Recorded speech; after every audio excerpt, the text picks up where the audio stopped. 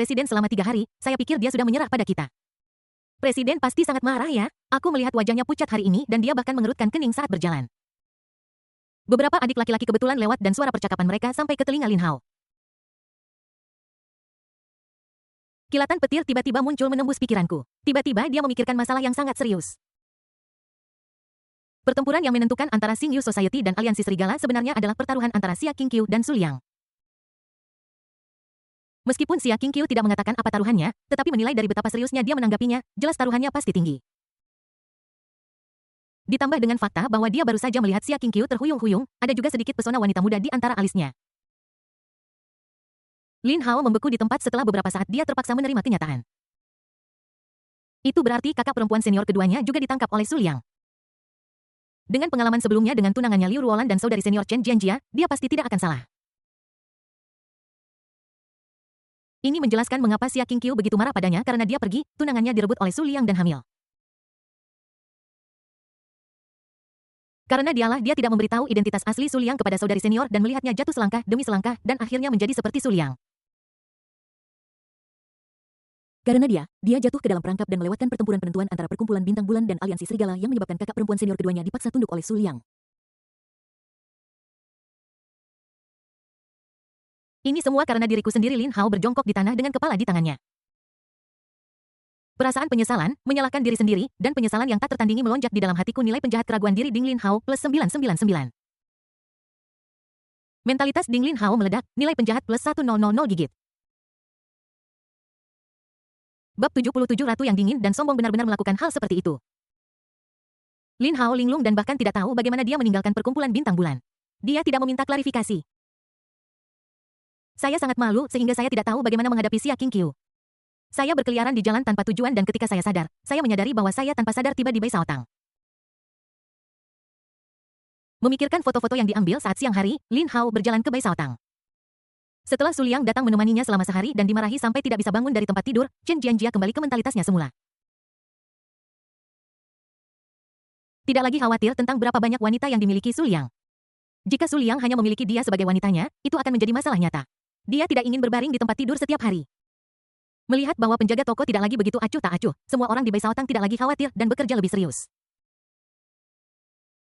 Ketika Lin Hao masuk, Chen Jianjia hendak pulang dan kebetulan bertemu dengannya. "Mengapa kamu di sini?" Dia mengerutkan kening, tampak sedikit tidak senang. Setelah Su Liang mengabaikannya selama beberapa hari, dia menjadi semakin bergantung padanya. Tapi aku tidak bisa membiarkannya menjauhkan diri dariku karena Lin Hao merasa sedikit sedih. Ini adalah kakak seniornya, mereka dari sekolah yang sama, bagaimana bisa hubungan mereka mencapai titik ini? Memikirkan tujuannya, dia menenangkan diri dan berkata, "Kakak, aku di sini untuk memberitahumu tentang karakter Su Liang. Dia bajingan dari apa yang saya lihat, setidaknya ada 4 atau 5 wanita di sekitarnya dan saya tidak tahu berapa banyak lagi yang dia sembunyikan."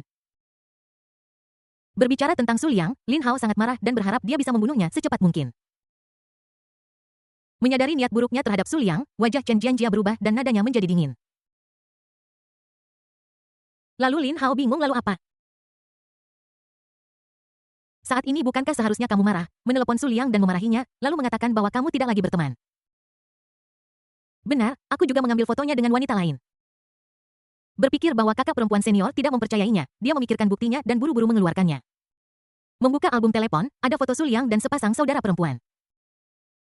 Di foto itu mereka bertiga berbicara dan tertawa dan hubungan mereka pasti istimewa. Setelah melihat-lihat foto-foto itu, Lin Hao menatap Chen Jianjia lagi. Dia masih begitu tenang. "Jadi, apa yang ingin kamu katakan?" Lin Hao tercengang lagi, adegan ini terasa agak familiar. Aku ingat bahwa begitulah reaksinya ketika dia pertama kali memberitahu Liu Ruolan tentang hal itu. Dia bahkan mengatakan bahwa dia bersedia menjadi kekasih Su Liang. Apakah kakak senior memiliki ide yang sama? Mustahil, mustahil. Dia menggelengkan kepalanya dalam hati tetapi perasaan buruk menghampirinya. Saat berikutnya, suara Chen Jianjia terdengar. "Berhenti melakukan hal-hal membosankan ini. Aku tahu urusan Liang Ge lebih baik daripada kamu. Aku tidak peduli berapa banyak wanita yang dia miliki. Selama dia memiliki aku di hatinya, itu sudah cukup." Setelah mengatakan ini dengan dingin, dia melangkah pergi. Lin Hao berdiri di sana dengan bingung, tidak dapat sadar untuk waktu yang lama. Wajahnya berangsur-angsur menjadi gelap hingga sangat jelek dan dia merasa lebih buruk daripada jika dia makan kotoran. Saat langit berangsur-angsur gelap, Lin Hao berjalan sendirian di jalanan merasakan kesepian. Dia diusir dari rumah oleh saudari senior kedua dan saudari senior tertua tidak menyambutnya. Sekarang aku tunawisma lagi. Dari sudut mataku, aku melihat mobil yang familiar lewat. Itu adalah mobil eksklusif Su Liang. Kemarahan yang terpendam benar-benar meledak pada saat ini dan dia segera ingin mengejarnya untuk melihat apakah dia dapat menemukan kesempatan untuk membunuhnya. Memang Su Liang sangat kuat dan dia tidak bisa mengalahkannya. Pencapaian medis Su Liang juga lebih baik dari miliknya, tapi tidak ada orang yang sempurna, setiap orang memiliki kelemahan. Sejak dia turun gunung dan datang ke kota, dia hidup dalam bayang-bayang Su Liang dan telah melupakan kemampuannya sendiri. Dia juga tahu keterampilan medis dan tahu resep beberapa obat yang sangat beracun. Tidak berwarna dan tidak berasa. Sekali diracun, seseorang akan berdarah dari ketujuh lubang dan mati. Tidak peduli seberapa hebat keterampilan medis Su Liang, itu tidak berguna. Lin Hao segera menghentikan taksi yang lewat. Tuan, kejar mobil itu. Wow, nada yang sangat cemas. Sopir itu berpikir dalam hati bahwa domba gemuk telah datang ke pintunya dan dengan cepat mengunci pintu mobil untuk mencegah domba gemuk itu melarikan diri. Lalu dia perlahan mengikuti arah jari Lin Hao. Master, kemudikan lebih cepat. Lin Hao sangat cemas. Adik kecil, ini adalah area kota utama, ada kerumunan padat dan mereka memerlukan batas kecepatan. Setelah menjelaskan keseriusan masalah ini, sang master akhirnya mengungkapkan warna aslinya. It cost extra money. Lin Hao melihat ekspresi tuannya, apakah dia bersiap untuk merampok seseorang? Tapi dia tidak peduli. Jika Anda mencari mobil lain, Anda pasti tidak akan bisa mengejar. Dia merogoh sakunya dan mengeluarkan 1.000 yuan terakhir. Sang guru senang melihat ini menyimpan uang itu dan menepuk dadanya untuk berjanji. Jangan khawatir adik kecil, serahkan padaku. Dulu aku juga ikut serta dalam balap mobil. Melacak mobil itu mudah bagiku, bukan? Ada apa dengan kakimu? Lin Hao dengan tajam menemukan bahwa salah satu kaki tuannya adalah kaki palsu. Orang tersandung, kuda tersandung, dan dalam kompetisi balap, kecelakaan adalah hal yang normal. Jangan khawatir tentang detailnya, serahkan saja padaku. Setelah mengatakan itu, pengemudi menginjak pedal gas dan kecepatan mobil tiba-tiba meningkat secara signifikan. Percepatan mendadak itu hampir membuat Lin Hao terlempar keluar dan dia sangat takut sehingga dia dengan cepat mengencangkan sabuk pengamannya. Ada ribuan jalan tetapi keselamatan adalah yang utama. Tuan, seseorang mengikuti kita. Apakah Anda ingin menghadapinya? Taksi itu baru saja mengikuti beberapa saat ketika ditemukan oleh pria berbaju merah. Ceritakan lelucon dan bermain menguntit di depan pembunuh bayaran teratas. Tidak perlu jika dia ingin mengikuti, biarkan saja dia mengikuti. Su Liang tidak peduli. Dia baru saja melihat Lin Hao di pinggir jalan dan sekarang ada orang lain yang mengikutinya. Tidak perlu menebak siapa itu. Segera mobil melaju ke kawasan perumahan mewah dan taksi tidak bisa masuk. Sopir itu memegangi sakunya erat-erat untuk mencegah Lin Hao meminta uangnya kembali. Bukan salahku kalau aku tidak bisa masuk. Lin Hao terlalu malas untuk berdebat dengannya, jadi dia keluar dari mobil dan mengejarnya dengan cepat. Mengikuti sepanjang jalan, mobil Su Liang berhenti di depan sebuah villa terpencil. Dia tidak maju tetapi menemukan sudut terpencil dan bersembunyi di sana.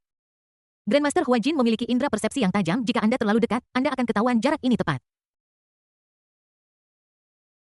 Dia pikir dia belum ditemukan tanpa dia sadari bahwa dia tidak bisa bersembunyi dari mata Su Liang atau Hon Yi.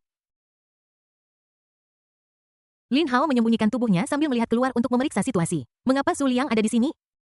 Apakah ini salah satu kediamannya? Atau rumah salah satu wanitanya? Sebentar lagi dia tidak perlu mengkhawatirkannya lagi. Dia hanya tercengang ketika melihat pemandangan di hadapannya. Dengan penglihatan yang baik, dia dapat melihat dengan jelas lingkungan sekitar villa. Su Liang datang ke pintu villa dan membukanya dari dalam. Seorang wanita dengan pakaian pelayan keluar dan berlutut di tanah untuk mengganti sepatu Su Liang. Gerakannya yang terampil tidak meninggalkan keraguan bahwa dia adalah seorang pembantu profesional. Kau benar-benar tahu bagaimana menikmati dirimu sendiri, Kau akan tetap mati, jadi nikmatilah saat-saat terakhirmu. Tunggu, kakak tingkat 2 senior. Berpikir bahwa dia telah melihatnya salah, Lin Hao menggosok matanya dengan cepat. Dia tidak membuka mata dan melihat sampai matanya digosok merah. Siapa lagi kalau bukan kakak senior kedua Xia Qingqiu? Lin Hao sangat marah, ini sudah keterlaluan. Su Liang benar-benar melatih kakak perempuan senior keduanya untuk menjadi pelayan. Xia Qingqiu begitu arogan di mata orang luar dan dihormati sebagai ratu. Sulit membayangkan apa yang Su Liang lakukan padanya hingga membuat wanita yang begitu bangga rela menjadi pelayan. Awalnya Xia Qingqiu mengusirnya dan suasana hatinya yang tidak bahagia segera menghilang. Dibandingkan dengan apa yang dia alami, apa artinya jika aku mengutuk diriku sendiri beberapa kali? Ini semua salahku. Jika bukan karena aku, kakak senior kedua tidak akan berakhir seperti ini. Dia sebelumnya berencana untuk bertahan dan menunggu kesempatan untuk meracuni Su Liang secara diam-diam.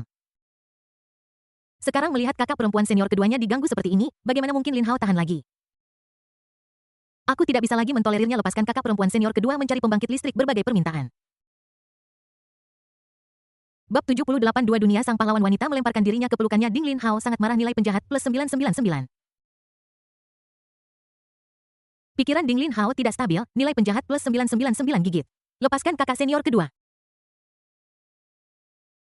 Su Liang mencibir, dia mengabaikannya sepenuhnya. Adapun Lin Hao di luar, tidak perlu khawatir sama sekali. Apakah begitu banyak bawahannya hanya di sini untuk makan gratis? Lin Hao bergegas keluar dengan raungan. Su Liang sama sekali tidak menganggapnya serius. Pengabaian terang-terangan ini adalah penghinaan terbesar baginya. Lin Hao sangat marah dan bergegas menuju villa dengan kecepatan tercepat dalam hidupnya desil.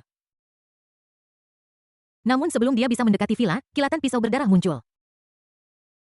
Rambutnya berdiri tegak, merinding muncul di kulitnya, dan rasa krisis kematian melonjak di dalam hatinya. Pada saat kritis, dia mengerem mendadak dan tubuhnya berputar dalam busur yang aneh. Dia nyaris menghindari pukulan fatal, menghindarinya, tetapi tidak sepenuhnya. Bilah tajam itu menembus pakaian di dadanya menyebabkan rasa sakit yang menyengat di kulitnya. Lin Hao terkejut dan berkeringat dingin dan dia dengan cepat melihat ke atas. Saya melihat sosok merah berdiri di depan saya. Kecantikan menakjubkan lainnya. Dia merasa nyeri. Kapan Su Liang memiliki pengawal di puncak energi gelap? Dia bisa merasakan aura yang terpancar dari wanita memukau di hadapannya yang tidak lebih lemah dari miliknya. Aura membunuh yang tebal itu sepertinya akan menjadi material banyak orang mati di tangannya. Ekspresi Lin Hao menjadi serius dan dia menekuk kakinya sedikit bersiap untuk menyerang. Bagaimana jika ada seseorang di puncak energi kegelapan yang menghalangi kita? Dia harus masuk untuk menyelamatkan kakak senior kedua. Ketika dia memikirkan villa di seberang tembok tempat kakak senior kedua dimanipulasi ke berbagai posisi oleh Su Liang, dia merasa sangat tidak nyaman hingga tidak bisa bernapas. Lin Hao mencoba memaksa masuk, tetapi mendapati bahwa dia tidak bisa masuk sama sekali. Beberapa kali dia hampir terkena belati berdarah di tangan lawannya. Meski begitu, tubuhnya dipenuhi luka dan darah menetes ke bawah. Sangat membuat frustrasi, dia merasa sangat tertekan. Dia ingin berkelahi dengan lawannya, tetapi pria berbaju merah itu tidak memberinya kesempatan. Dengan belati berdarah di tangan, aku sama sekali tidak bisa mendekatinya. Dia ingin menutupi kesenjangan senjata dengan keterampilan bertarung yang telah dia latih selama bertahun-tahun. Namun, dia menemukan bahwa kemampuan tempur lawannya sebenarnya tidak lebih lemah darinya sama sekali dan bahkan lebih kuat. Persepsinya yang tajam tampaknya terlahir untuk membunuh dan setiap pukulan fatal dia berada dalam bahaya beberapa kali. Dia bahkan tidak mendekati villa sampai dia benar-benar kelelahan dan akhirnya hanya bisa pergi dalam keadaan sedih dan malu. Bukannya dia tidak ingin berjuang sampai akhir untuk kakak perempuan senior kedua, tetapi itu tidak ada artinya. Dia merasakan aura beberapa ahli dari alam transformasi tersembunyi dalam kegelapan. Bahkan jika kita menerobos halangan pria berpakaian merah, akan ada makhluk yang lebih kuat yang muncul. Setelah mengalami beberapa krisis hidup dan mati, Lin Hao secara bertahap menjadi tenang. Karena tidak ada cara untuk menyelamatkan saudari senior kedua, lebih baik menjaga tubuhnya yang berguna dan membalas dendam pada mereka. Untungnya Su Liang tampaknya tidak memiliki niat untuk membunuhnya sehingga dia lolos dengan mulus. Di villa, hampir seperti yang Lin Hao pikirkan, Su Liang berbaring di tempat tidur sambil berpikir. Setelah mereka menyerah, Xia Qingqiu akan mengambil alih aliansi serigala dan menjadi ayah baptis dunia bawah tanah kota iblis. Saat itulah dia menjadi ratu yang sebenarnya. Adapun Ye Yuan, orang gila itu tidak cocok untuk dunia bawah tanah perkotaan. Kita bisa memasukkannya ke Skynet dan membiarkannya melakukan apapun yang dia inginkan. Pasti akan membawa kegembiraan bagi dunia yang damai ini. Xia Qingqiu memang tidak lagi begitu jijik dengan Su Liang. Bukankah ada pepatah? Hidup itu seperti itu, jika Anda tidak bisa menolaknya, Anda hanya bisa berbaring dan menikmatinya. Saya pikir itu hanyalah hari biasa sebagai seorang pembantu, tetapi di malam hari Su Liang menerima pesan dan pergi. Perasaan enggan apa-apaan ini di hatiku. Gelombang emosi tiba-tiba yang tidak ingin berpisah dari Su Liang membuatnya takut dan dia dengan cepat mengesampingkan pikiran itu. Saya tidak mengidap sindrom Stockholm, tetapi Su Liang datang ke restoran pasangan. Seorang protagonis wanita Li Xiaomeng mengundangnya makan malam. Bukankah kerabat datang berkunjung sebelumnya? Dia merasa bersalah karena tidak membiarkan Su Liang bersenang-senang, jadi begitu kerabat pergi, dia datang untuk mengantar Bao. Li Xiaomeng berdiri di depan pintu restoran dan dari waktu ke waktu dia akan melihat jam tangan Patek Philippe di pergelangan tangannya dan kemudian melihat sekeliling. Sekarang adalah waktu makan malam dan orang-orang datang dan pergi di jalan. Banyak orang tertarik dengan penampilannya yang cantik dan sosoknya yang menakjubkan. Banyak orang ingin naik dan mengobrol dengannya, tetapi melihat bahwa dia sepertinya sedang menunggu seseorang, sebagian besar dari mereka menyerah pada gagasan itu. Li Xiaomeng dipilih oleh maskapai karena tinggi badannya yang hampir 18 meter sekali lagi menyaring sekelompok orang yang tidak aman. Hanya seorang pria muda berpakaian elegan dan jelas dari latar belakang yang terhormat yang memiliki keberanian untuk maju. Tapi dia belum mengambil tindakan, sebuah mobil mewah Rolls-Royce kelas atas melaju dan Li Xiaomeng dengan senang hati menyambutnya. Saat melihat dua orang berjalan ke restoran pasangan itu, pria muda itu terus menyeka keringat dingin dari dahinya. Aku senang aku tidak punya waktu untuk mendekatinya. Aku tidak pernah menyangka bahwa wanita itulah yang diincar oleh Tuan Su. Setelah makan malam dengan cahaya lilin, Su Liang dan Li Xiaomeng berjalan-jalan di jalan. Suara bising yang datang dari sekeliling tidak membuat Li Xiaomeng merasa bising. Dia memegang tangan Su Liang dengan senyum bahagia di wajahnya menikmati dunia mereka sendiri. Pria tampan dan wanita cantik, pria berbakat dan wanita cantik, orang yang lewat semua mengarahkan mata mereka pada pasangan itu. Tidak, ada pengecualian. Seorang pengemis di pinggir jalan menatap mereka dengan mata yang dipenuhi amarah, kebencian, dan sakit hati. Setelah diperiksa lebih dekat, dia adalah protagonis lainnya, Ye Xuan. Malam itu, setelah mengetahui bahwa semua properti keluarga telah dihambur-hamburkan oleh Ye dan dia juga berutang sejumlah besar utang luar negeri, ayah Ye muntah darah dan jatuh ke tanah. Ye Xuan dengan cepat mengirimnya ke rumah sakit untuk perawatan darurat. Nyawanya terselamatkan, tetapi apakah dia bisa bangun atau tidak adalah masalah lain. Setelah mengetahui bahwa ayah Ye menjadi tidak sadarkan diri, semua penagih utang mengincar dia. Sekarang dia adalah satu-satunya di keluarga Ye yang mampu membayar hutang. Jika dia melarikan diri, uang yang mereka pinjamkan kepadanya akan sia-sia, jadi mereka harus mengawasinya dengan ketat. Bagaimana bisa Ye Xuan tahan ditatap setiap hari? Baru setelah melarikan diri dari rumah sakit dia menyadari bahwa masalah serius menantinya. Dia menghambur-hamburkan semua uang keluarga dan sekarang tidak punya uang sepeser pun. Dia tidak bisa kembali ke rumah sakit dan dia tidak berani mengungkapkan identitasnya untuk mencari pekerjaan. Setelah beberapa hari, dia tidak ada bedanya dengan seorang pengemis. Baru sekarang dia tiba-tiba menyadarinya. Keahliannya dalam perdagangan saham dan takdir hanyalah ilusi. Dia sangat menyesalinya, tetapi tidak ada obat untuk penyesalan di dunia ini. Jika Tuhan memberinya kesempatan lain, dia pasti akan melawan perjudian dan narkoba. Hari ini dia sama seperti biasanya. Manfaatkan waktu makan ramai saat banyak orang di jalanan dan lihat apakah Anda bisa meminta uang. Aku tidak menyangka melihat Su Liang dan Li Xiaomeng bersama. Meskipun dia sudah menjadi pengemis, Su Liang memeluk dewinya setiap hari. Kontras antara keduanya segera menyebabkan emosi negatif di hatiku meledak. Selain penyesalan dan menyalahkan diri sendiri, hal yang paling dibenci Ye Xuan adalah Su Liang. Jika dia tidak menggodaku, aku tidak akan begitu bersemangat untuk membalas dendam hingga aku terobsesi dengan pasar saham. Ini semua salah Su Liang. Jika Su Liang tahu pikirannya, dia pasti akan sedikit terkejut. Kucing buta menangkap tikus mati dan menebaknya dengan benar, semua ini memang rencana rahasianya. Namun, Ye Xuan jelas belum mengetahui kebenarannya. Tidak masalah, Su Liang akan memberitahunya detailnya. Biarkan dia mati dengan sadar. Bagaimanapun, membunuh seseorang membutuhkan penghancuran hati mereka. Bab 79 membunuh dan menghancurkan hati. Sang protagonis sangat marah, jadilah hantu yang berkepala dingin. Ding Ye Xuan marah padamu, nilai penjahat plus 666.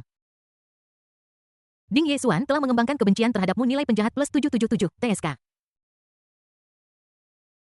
Melirik Ye Xuan yang berdiri di jalan dan bahkan ibunya sendiri tidak bisa mengenalinya, Su Liang memiliki senyum tipis di wajahnya. Mata Ye Xuan hampir menyemburkan api, tinjunya mengepal dan urat-urat di dahinya berdenyut. Dia tidak bisa lagi menahan diri dan ingin menghajar Su Liang.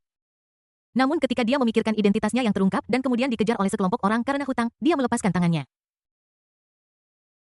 Su Liang sedikit terkejut ketika dia menyadari bahwa niat membunuh Ye Xuan terhadapnya berangsur-angsur memudar. Sepertinya protagonis telah dewasa. Aku telah belajar untuk bersabar dan tidak impulsif seperti sebelumnya. Aku melirik keberuntungan di atas kepalanya. Setelah serangan terus-menerus, hanya sedikit yang tersisa. Aku berencana untuk bersenang-senang dengannya dan aku masih memiliki banyak trik di lengan bajuku. Rangkaian gerakan ini dijamin akan membuat Ye Xuan menderita nasib yang lebih buruk daripada kematian.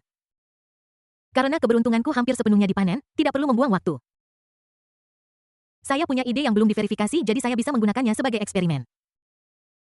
Dengan kilatan matanya, Su Liang melihat hotel pasangan tidak jauh dari sana dan hatinya tergerak. Jadi dia mengucapkan beberapa patah kata di telinga Li Xiaomeng. Li Xiaomeng berseru. Setelah menyadari ada sesuatu yang salah, dia dengan cepat menutup mulutnya. Dia melihat ke hotel lalu berbalik dan menatap Su Liang dengan mata indahnya yang terbuka lebar. Akhirnya dia mengangguk, kemudian di bawah tatapan tercengang Ye Xuan, mereka berdua berjalan ke kamar pasangan itu. Meskipun ada beberapa spekulasi tentang hubungan antara keduanya. Tapi melihatnya dengan mata kepala sendiri, aku tetap tidak bisa menahan diri untuk tidak bergidik. Nilai penjahat runtuhnya pikiran Ding Ye Xuan plus 888. Pada saat ini, dua pria muda biasa yang tampak tidak mencolok muncul. Tepat ketika dia melewati Ye Xuan, dia tiba-tiba menyerang. Kedua pria itu masing-masing meraih tangannya dan salah satu dari mereka menodongkan pistol ke pinggangnya. Jangan bergerak, jangan bicara, ikuti saja kami. Yesuan sama sekali tidak bereaksi. Ketika dia sadar, dia benar-benar bingung. Apakah aku diculik? Apa kau bercanda? Jika mereka akan menculik seseorang, mereka akan menculik pria bernama Su Liang itu. Aku hanyalah pengemis yang tidak punya uang. Tidakkah kau memilih tempat yang tepat sebelum menculikku? Dia sangat bingung sehingga dia tidak berani melawan dan hanya bisa dibawa pergi. Kedua pria itu membawanya ke sisi jalan tempat sebuah van diparkir. Sepertinya dia sudah lama mengikutinya. Itu benar, mereka adalah orang-orang yang diatur Su Liang untuk memantau Yesuan. Setelah dibawa ke dalam mobil, Yesuan mulai panik. Saudara, apakah Anda merampok orang yang salah? Saya hanya seorang pengemis. Dia melihat sekeliling dan berbicara untuk mengalihkan perhatian para perampok sambil berharap untuk melihat apakah ada kesempatan untuk melarikan diri. Namun kedua pria itu tidak memberinya kesempatan dan menodongkan pistol ke arahnya. Yesuan menghela nafas tanpa daya. Dia tidak ragu bahwa jika dia berani bertindak gegabah, pihak lain akan menembak tanpa ragu-ragu. Segera dia dibawa ke sebuah pabrik yang ditinggalkan. Apa yang membuatnya merasa aneh adalah kedua perampok itu mengikatnya dan berdiri di samping seolah menunggu seseorang. Ada seseorang di balik ini. Pikiran ini muncul di benaknya. Siapa itu? Sayangnya keraguannya ditakdirkan untuk tetap tidak terjawab. Tidak dapat melepaskan diri dari tali dan dengan dua perampok mengawasinya tidak dapat melarikan diri, Yesuan hanya bisa menunggu dengan kesakitan untuk persidangan. 10 menit, 30 menit, 1 jam, 2 jam, 3 jam. Lebih dari 3 jam berlalu dan perasaan menunggu untuk mati ini membuatnya merasa sangat stres dan berkeringat. Tepat pada saat ini ada suara di luar. Sepertinya sebuah mobil datang. Yesuan bersorak dan tidak bisa menahan diri untuk tidak gugup. Apakah dia akhirnya akan bertemu dengan pria di balik penculikannya? Tap tap tap, terdengar suara langkah kaki. Setiap langkah yang diambilnya seperti menginjak hatinya dan Yesuan merasa tercekik. Dia menatap pintu. Segera sesosok muncul Su Liang ketika Yesuan melihat siapa yang datang, pupilnya menyusut dan dia tercengang. TSK maaf aku terlambat. Su Liang masuk dan tidak bisa menahan diri untuk tidak menghela nafas ketika melihatnya diikat. Tapi dia memiliki senyum main-main di wajahnya dan tidak ada permintaan maaf sama sekali. Wajah Yesuan menjadi gelap, apakah kamu terlambat? Mengapa kamu terlambat? Ini adalah penghinaan telanjang. Dia tahu bahwa Su Liang menipu Li Xiaomeng dan sekarang warna aslinya akhirnya terungkap sialan. Yesuan sangat marah, dia menatap Su Liang dengan ganas dan meraung, hadapi aku jika kau punya masalah. Oh, aku mengerti. Su Liang terkekeh lalu mengganti topik. Bukankah aku datang untuk menemuimu? Yesuan tertegun dan merasa ada sesuatu yang salah. Su Liang, apa yang akan kamu lakukan? Seolah memikirkan sesuatu, dia mencibir. Kamu membawaku ke sini untuk memeras uang dariku, kan? Aku khawatir aku akan mengecewakanmu. Dia dikurung di sini selama lebih dari 3 jam dan banyak berpikir. Saya hanyalah orang kecil, apa yang bisa diculik? Dia memikirkan kejadian di mana rumahnya sendiri dihancurkan seharga 50 juta yuan dan terungkap dan panasnya belum mereda sampai sekarang. Uang ini pasti menarik perhatian beberapa penjahat. Saya tidak menyangka orang ini adalah Su Liang. Sepertinya dia masih konservatif. Su Liang bukan hanya bajingan yang menipu wanita dan perasaan mereka, tetapi juga seorang penjahat yang menculik dan memeras orang serta melakukan segala macam kejahatan. Memikirkan dewinya dipermainkan di tangannya, Yesuan merasa seperti pisau sedang mengiris hatinya. Su Liang, apa aku terlihat seperti kekurangan uang? Yesuan mencibir. Berhenti berpura-pura, kalau tidak kenapa kau membawaku ke sini? Tentu saja sebelum kamu mati, aku ingin kamu menjadi hantu yang berpikiran jernih. Bab 80 runtuh akhir dari protagonis wanita lain hamil apa?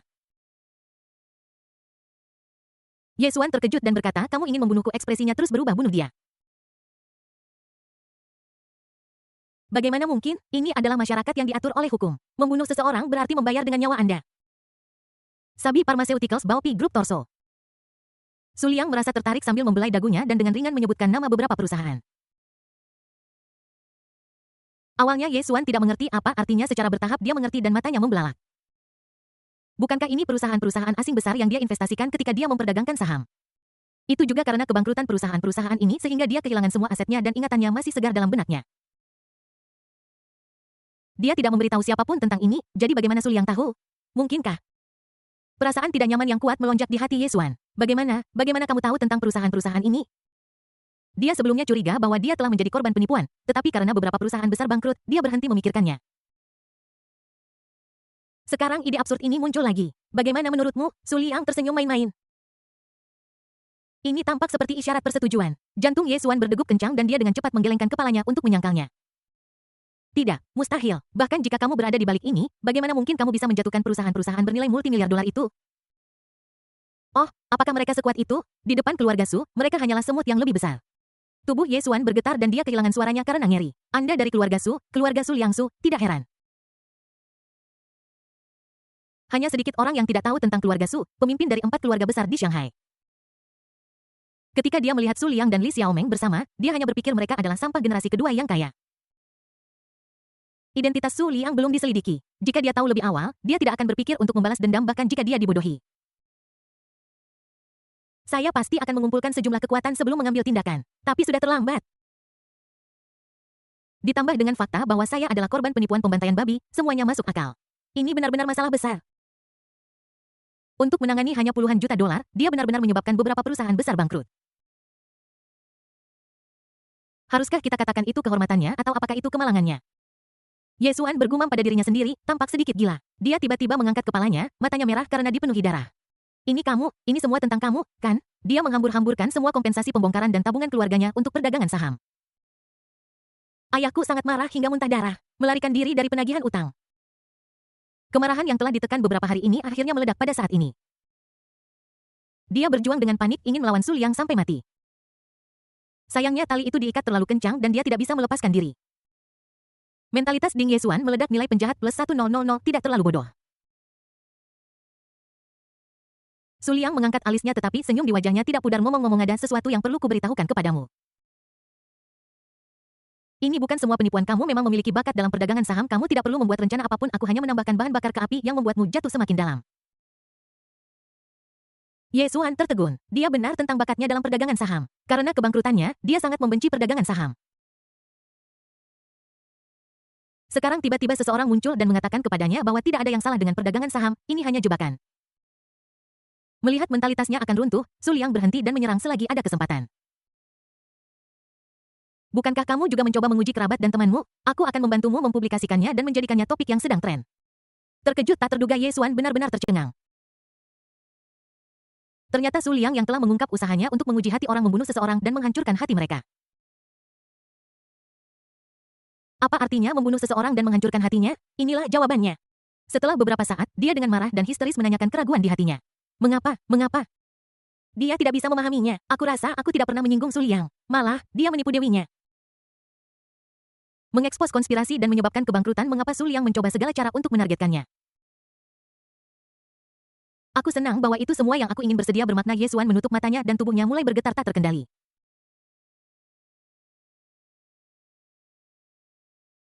Hanya karena dia bersedia melakukan itu, keluarganya hancur dan dia menjadi pengemis.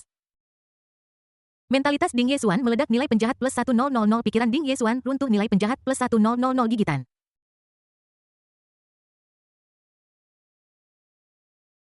Dalam pandangan Su Liang, keberuntungan di atas kepala Ye Xuan tampak jelas berkurang. Aku berencana untuk terus melawan panen. Tiba-tiba dia punya ide dan berpikir bahwa tebakan itu perlu diverifikasi. Keberuntunganku akan segera habis tepat pada waktunya. Jadi, dia mengabaikan Ye Xuan yang berteriak seperti orang gila. Dia mengedipkan mata kepada anak buahnya dan pergi. Su Liang kembali ke mobil yang dia tumpangi. Tidak lama kemudian, ledakan dahsyat terdengar dari belakang dan pabrik yang ditinggalkan itu meledak. Bahkan jika satuan tugas khusus datang untuk menyelidiki, mereka hanya akan menemukan bahwa sebuah pipa gas meledak dan membunuh seorang pengemis di dalamnya.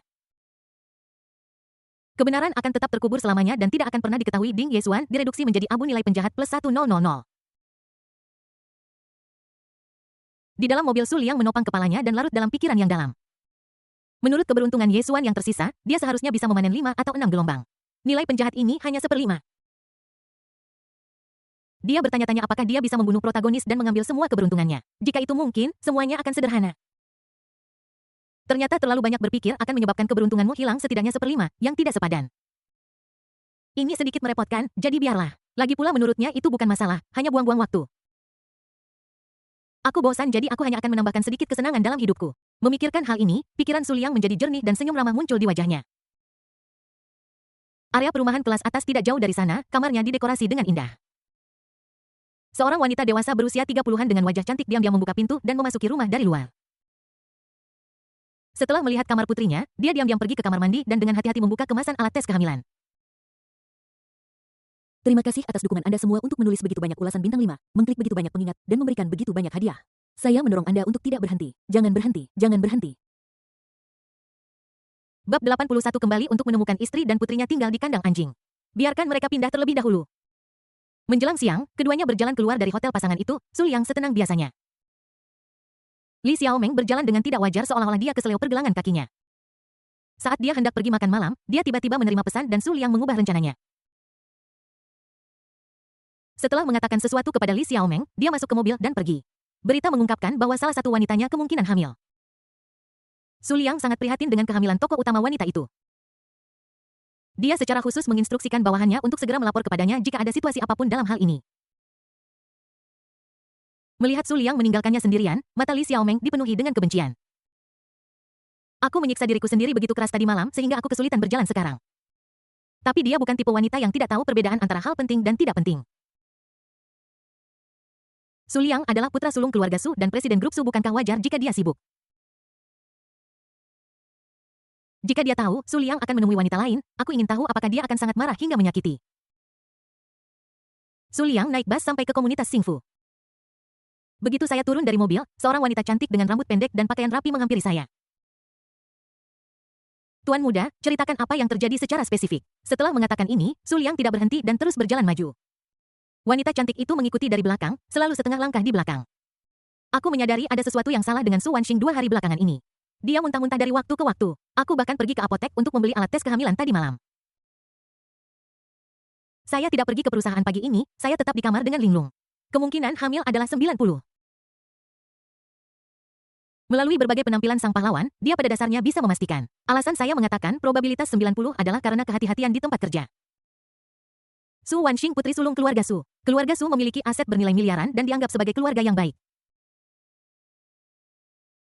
Namun di metropolis Shanghai, ada keluarga miliarder di mana-mana dan bahkan keluarga dengan lebih dari 100 miliarder. Keluarga Su tampak agak tidak signifikan untuk memberikan keluarga Su masa depan yang lebih baik, mereka juga memilih untuk menikah. Su Wanxing secara alami menjadi objek pernikahan. Saya harus mengatakan bahwa putri sulung keluarga Su adalah orang yang kejam. Dia tidak ingin menjadi korban keluarganya, jadi dia mencari seseorang untuk dinikahi. Tidak lama kemudian mereka bahkan memiliki seorang anak. Hal ini membuat keluarga Su sangat marah. Dia memutuskan hubungan dengannya di tempat dan menekannya dalam segala hal. Ketika Su Liang bertemu dengannya beberapa bulan lalu, dia dan putrinya tinggal di rumah Reyot. Keadaannya seperti kandang anjing, hidupnya sengsara tanpa makanan dan pakaian hangat untuk dipakai sepanjang hari. Melihat adegan ini, Su Liang merasa agak familiar, mirip dengan alur beberapa novel. Sepertinya meskipun hidup ini sulit bagi ibu dan anak, mereka masih bisa memenuhi kebutuhan hidup. Su Liang merasa situasinya tidak cukup serius dan belum mencapai titik putus asa. Dengan pikiran, dia menyuap tuan tanah seperti iblis. Sejak saat itu, sikapnya terhadap Su Wanxing dan putrinya menjadi semakin buruk dengan segala macam ejekan dan penghinaan. Mereka bahkan menemukan kandang anjing untuk mereka tinggali tepat ketika ibu dan anak itu putus asa, Su Liang muncul.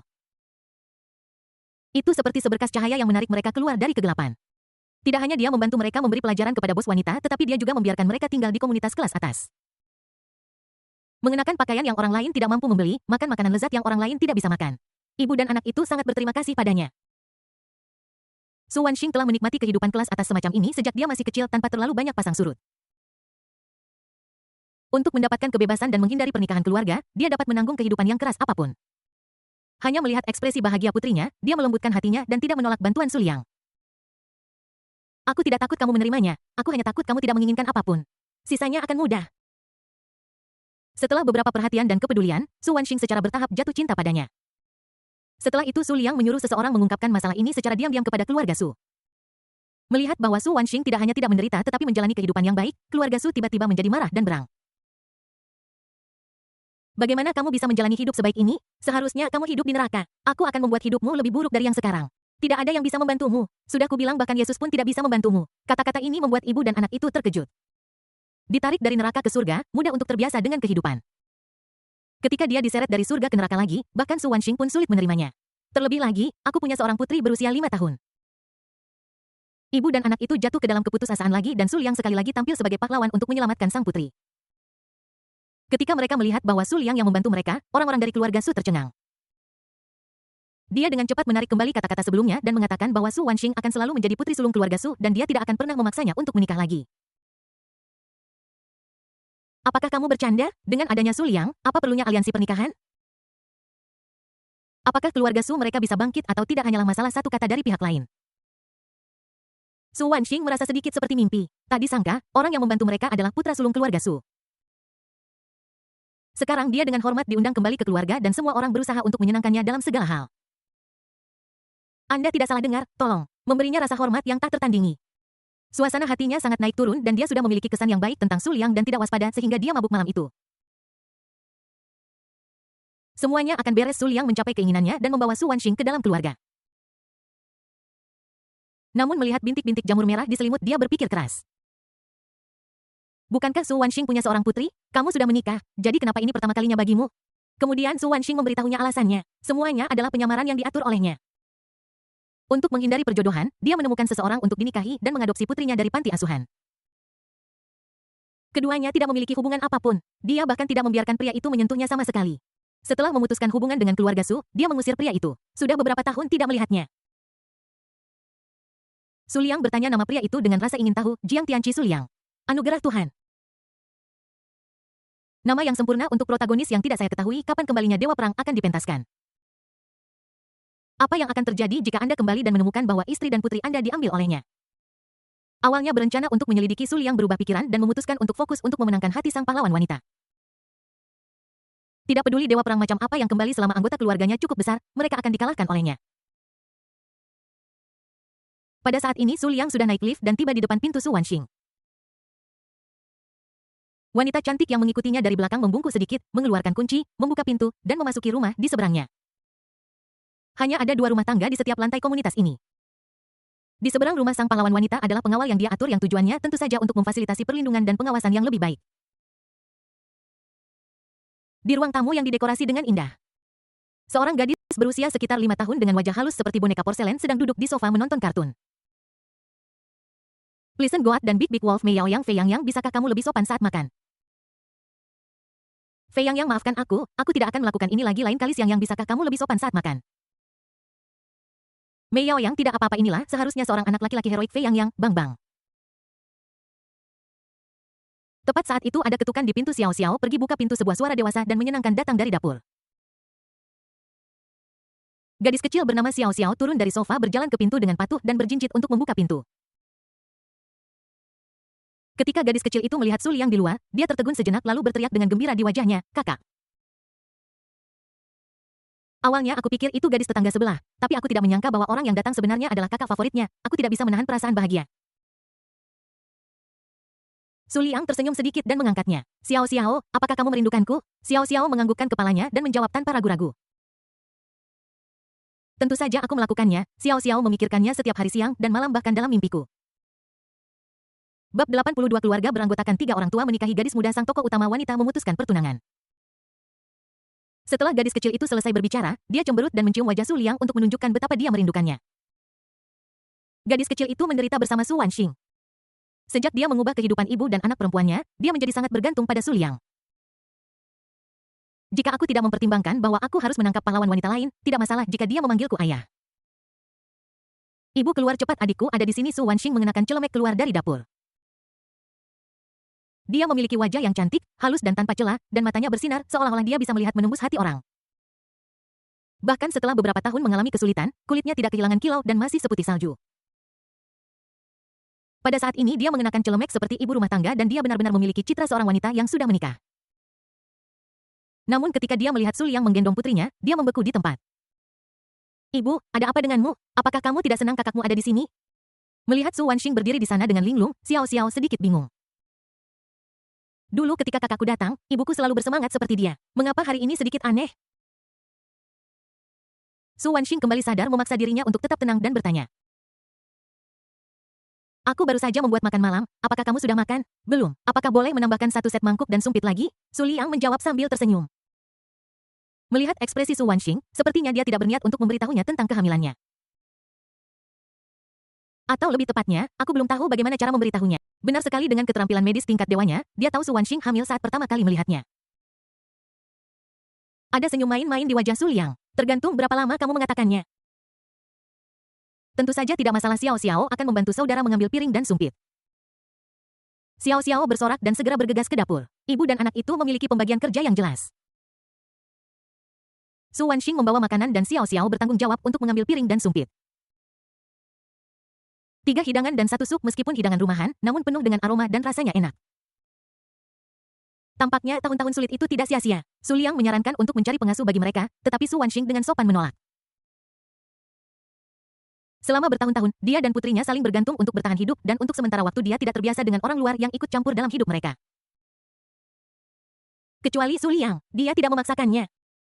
Ada pengawal di sekitar mereka jadi tidak perlu khawatir tentang keselamatan mereka. Kakak, ini dia.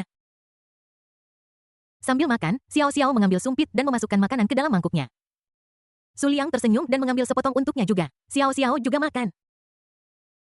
Ketika dia melihat saudara laki-lakinya mengambilkan makanan untuknya, alis kecilnya melengkung membentuk bulan sabit dan senyum di wajahnya menjadi lebih cerah.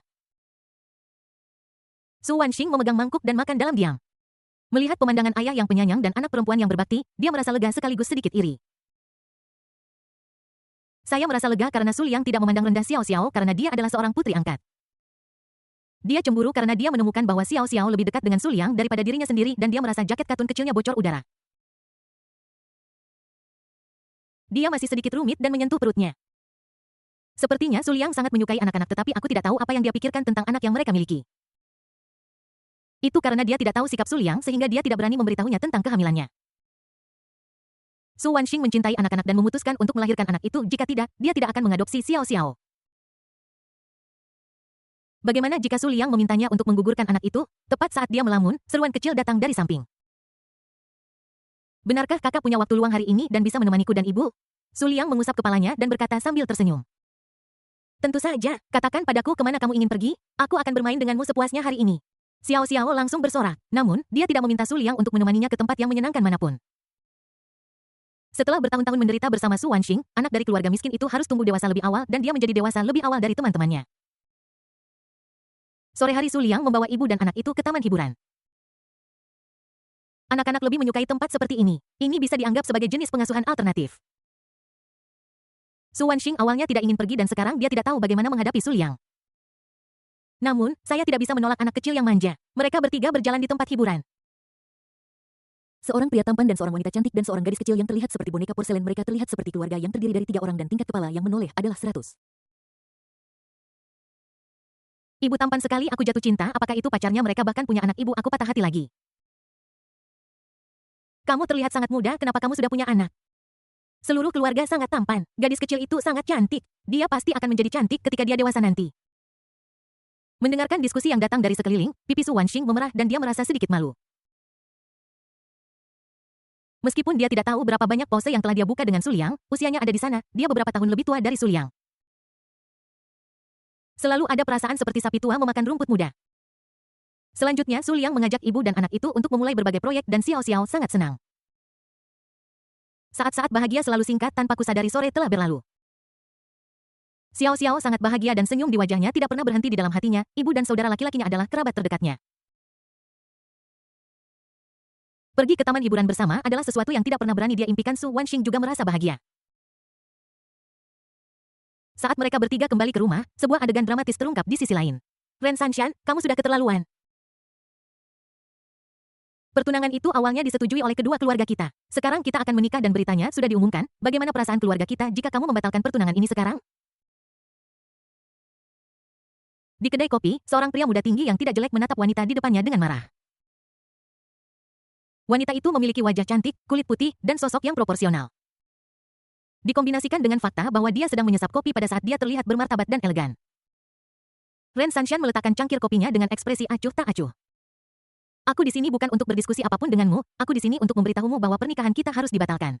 Setelah jeda, dia melanjutkan. Adapun dampak pada reputasi keluarga Anda, saya minta maaf. Ada 100.000 yuan di kartu ini sebagai kompensasi. Saat dia berbicara, dia mengeluarkan kartu bank dan meletakkannya di atas meja. Bagi seorang pekerja, 100.000 bukanlah jumlah yang kecil. Wu Zhe menunduk, perlahan dia mencibir, nadanya mengejek. Haha, tidak heran kamu ingin memutuskan pertunangan denganku, ternyata kamu sudah berhubungan dengan pria kaya. Ren Sanshan mengerutkan kening dengan sedikit ketidaksabaran di antara alisnya. Keluarganya dan keluarga Wu Zhe berasal dari desa yang sama dan kedua keluarga memiliki hubungan yang baik. Bahkan setelah keluarga Wu Zhe pindah ke kota, kedua keluarga tetap menjalin kontak. Setahun yang lalu, kedua orang tua secara tidak sengaja berbicara tentang pernikahan anak-anak mereka sehingga mereka memutuskan untuk mengatur pertunangan. Targetnya adalah Wu Zhe dan Ren Sanshan. Kontrak pernikahan diatur oleh kedua orang tua dan Ren Sanxian sama sekali tidak menyadarinya. Beginilah keadaannya di desa. Beberapa adat lama masih dilestarikan dengan pernikahan yang diatur oleh orang tua dan mak comblang. Pada saat dia mengetahui hal ini, itu sudah setengah tahun kemudian. Pada saat itu dia sudah menyerah pada Su Liang. Kebetulan saya sedang bekerja jadi saya tidak memperhatikan. Baru-baru ini ketika keluarganya mengangkat masalah pernikahan lagi, Ren Sanxian mengingatnya. Dia segera menolak dan mengatakan bahwa dia punya pacar. Pasangan tua dari keluarga Ren berada dalam dilema sekarang. Mereka telah bertunangan selama hampir setahun dan hari pernikahan akan segera tiba. Saat ini putriku tiba-tiba berkata bahwa dia punya pacar. Apa yang harus aku lakukan sekarang? Akan terlalu memalukan untuk meminta mereka membatalkan pertunangan dengan keluarga Wu, jadi aku membiarkan Ren Sanxian menanganinya sendiri.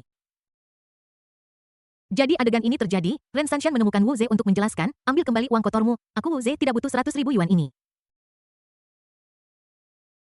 Kamu harus ingat satu hal, bukan kamu yang memutuskan pertunangan, akulah yang menceraikanmu.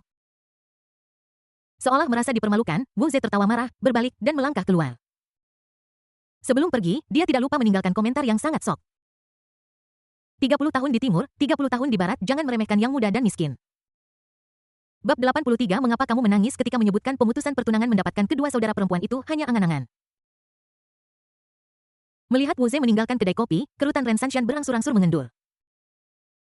Meskipun dia sedikit terkejut dengan apa yang dikatakan Wu Ze barusan, dia sama sekali tidak menyesalinya. Di dalam hatinya, Su Liang Cai adalah segalanya baginya. Dibandingkan dengan Su Liang, Wu Ze bahkan tidak layak membawakan sepatunya. Melirik kartu di atas meja, Wu Ze tidak mengambilnya sehingga dia menyimpannya. Dia memang memberikan kompensasi tetapi Wu Ze sendiri tidak menginginkannya. Namun setelah Wu Ze meninggalkan kedai kopi, dia tertiup angin sepoi-sepoi di luar dan hatinya berangsur-angsur menjadi tenang. Dia tersenyum pahit, hatinya dipenuhi ketidakberdayaan. Tidak seperti Ren Sanxian yang tidak tahu tentang pertunangan antara kedua keluarga. Orang tuanya memberitahunya tentang hal itu lama setelah mereka bertunangan. Dia juga melihat foto Ren Sanxian. Dia adalah gadis tercantik yang pernah dia lihat dan menikahinya seperti menyelamatkan dunia di kehidupan sebelumnya. Wu Ze sudah menantikan pernikahan mereka setahun kemudian. Dengan aspirasi di hati saya merasa bahwa berkat 007 tidak begitu tidak dapat diterima. Tanpa diduga, kecelakaan itu tetap terjadi. Tepat ketika mereka akan menikah, Ren Sanxian mengusulkan untuk membatalkan pertunangan. Selain merasa hancur dan dipermalukan, pembatalan pertunangan yang tiba-tiba oleh Ren Sanxian juga membuat keluarga Wu kehilangan muka. Jadi dia mengucapkan kata-kata itu dengan marah. Jangan tertipu oleh kata-katanya yang mendominasi. Dia baru mempelajarinya dari novel. Pada kenyataannya, dia hanyalah hewan sosial ingin membalikkan keadaan lebih mudah diucapkan daripada dilakukan untuknya. Ada dua kalimat lagi setelah jangan menindas yang muda dan miskin, jangan menindas orang miskin parubaya. Jangan membenci orang tua dan orang miskin. Wu Ze berjalan linglung di jalan tanpa sadar menyimpang dari trotoar dan berakhir di tengah jalan. Pada saat ini sebuah truk sampah menabrak mereka. Seorang pejalan kaki memperhatikan adegan ini dan dengan cepat meneriakkan peringatan. Minggir, ada mobil datang, kamu bunuh diri, itu jalurnya, minggir. Hati-hati Wu Ze tiba-tiba terbangun seolah mendengar panggilan orang-orang di sekitarnya. Ketika dia sadar, dia menemukan sebuah truk sampah sedang menuju ke arahnya. Jaraknya sangat dekat dan sudah terlambat baginya untuk menghindari sebuah ide muncul di benakku. Hidupku sudah berakhir melihat ini. Orang-orang di sekitar berseru kaget. Beberapa gadis kecil bahkan menutupi mata mereka karena tidak tahan melihat kecelakaan mobil tragis yang terjadi setelahnya. Sopir truk jungkit itu melihat Wu Ze berjalan di tengah jalur dan mengaktifkan rem darurat. Namun, inersia yang besar masih mengenainya. Wu Ze terlempar 7 atau 8 meter, darah mengalir, pemandangan yang mengerikan. Cepat panggil Yao Yaoling untuk melaporkan kejadian itu. Apa gunanya menelepon polisi? Panggil ambulans. Sudah berakhir, orang ini sudah mati. Dia terpental sangat jauh. Siapa yang bisa Anda salahkan atas kematian Anda sendiri? Trotoar sangat lebar, tetapi Anda harus berlari di tengah jalur. Inilah suara yang Wu Ze dengar ketika kesadarannya akan memudar. Tiba-tiba dia teringat materi pelajaran di ponselnya dan dia menjadi waspada dan mendapatkan kembali kesadarannya. Tangan berlumuran darah itu meraih sakunya dengan gemetar. Masukkan kata sandi, buka kunci layar, buka pengaturan, pulihkan ke pengaturan pabrik, dan konfirmasi. Selesai dalam sekali jalan. Setelah melakukan semua ini dia memiringkan kepalanya dan pingsan. Semua orang di tempat kejadian tertegun menatap kosong. Di lokasi kejadian kecelakaan, ruas jalan ini diblokir dan dikelilingi oleh penonton. Sudah lebih dari 10 menit mengapa ambulans belum tiba? Jika mereka tidak segera datang, tubuhnya akan dingin. Ini normal, ini jam sibuk sekarang. Lihat betapa macetnya jalan ini. Tunggu, sepertinya dia sudah bangun. Ah, dia pura-pura mati. Astaga, benarkah itu? Dia dipukul begitu keras dan masih selamat. Ini keajaiban medis. Sikat, sikat, sikat. Semua orang di tempat kejadian melihat sosok yang terbaring di genangan darah. Wu Zhe yang sudah mereka anggap mati sebenarnya menggerakkan jari-jarinya dan kemudian duduk. Wu Zhe juga memperhatikan pemandangan di sekitarnya dan tampak bingung di mana ini, apakah aku tidak sedang pergi kencan buta. Desis, mengapa sangat sakit sapuan pikiran saya, merasakan sakit yang tajam dan banjir informasi datang kepada saya. Segera setelah itu, ekspresi Wu Zhe berubah. Terkejut, bingung, dan sangat gembira. Apakah aku terlahir kembali? Terlahir kembali dari 2,5 tahun kemudian? Melalui ingatan ini, dia tahu situasi saat ini.